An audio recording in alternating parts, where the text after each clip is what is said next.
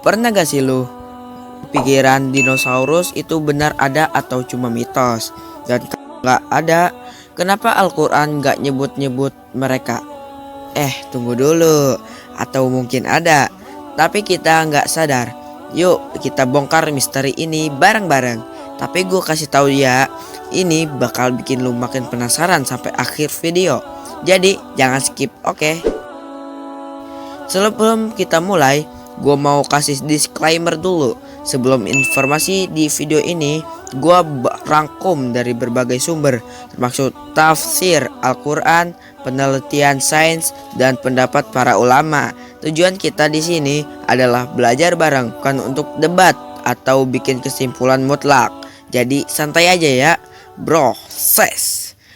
Assalamualaikum warahmatullahi wabarakatuh. Di video kali ini gue bakal bahas hal yang beda banget, hubungan Al-Quran sama dinosaurus.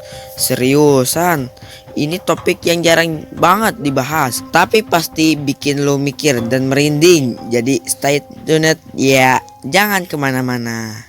Jadi tujuan dari video ini simple banget. Kita mau nyari tahu apa ada kemungkinan dinosaurus disebut di dalam Al-Quran, dan gimana sains modern bisa menjelaskan hal ini. Oh iya, kita juga bakal lihat gimana Islam memandang hewan purba ini. Lu pasti tahu dong kalau dinosaurus itu hidup jutaan tahun yang lalu sebelum manusia ada. Tapi kalau kita baca Al-Quran, ada ayat yang ngomong soal hewan-hewan besar atau makhluk yang kita nggak tahu. Nah, bisa jadi ini merujuk ke dinosaurus. Allah Subhanahu wa Ta'ala berfirman dalam Al-Quran, "Dan tiadalah binatang-binatang yang ada di bumi dan burung-burung yang terbang dengan kedua sayapnya, melainkan umat seperti kamu juga." Quran Surah Al-An'am ayat 38. Ini juga menunjukkan bahwa semua makhluk, termasuk yang kita nggak tahu, adalah ciptaan Allah. Bisa jadi ini mencakup dinosaurus juga. Banyak ulama bilang kalau Al-Quran itu nggak nyebutin semua makhluk secara spesifik, karena fokusnya lebih ke pesan moral dan spiritual.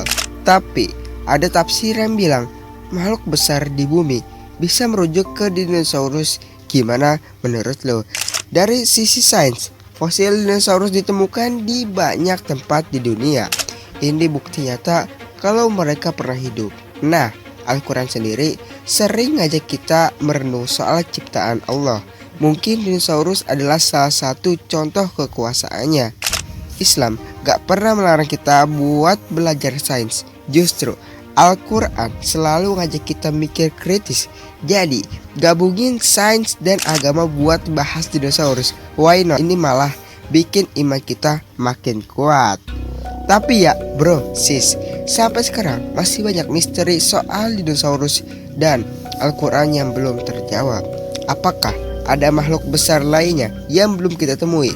Atau mungkin ada maksud lain yang lebih dalam?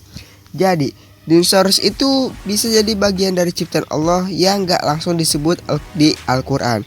Intinya topik ini ngajarin kita buat selalu kagum sama ciptaannya, meskipun kita nggak tahu semua detailnya. Jangan lupa untuk di like di video ini dan di subscribe channel Babang Alpan tercinta, yaitu Ade Coy, biar lu nggak ketinggalan video-video menarik lainnya. Kalau ada yang bikin lu penasaran, tulis di kolom komentar ya. Saya berjumpa di video selanjutnya. Gua Alpan, gua pamit. Assalamualaikum warahmatullahi wabarakatuh.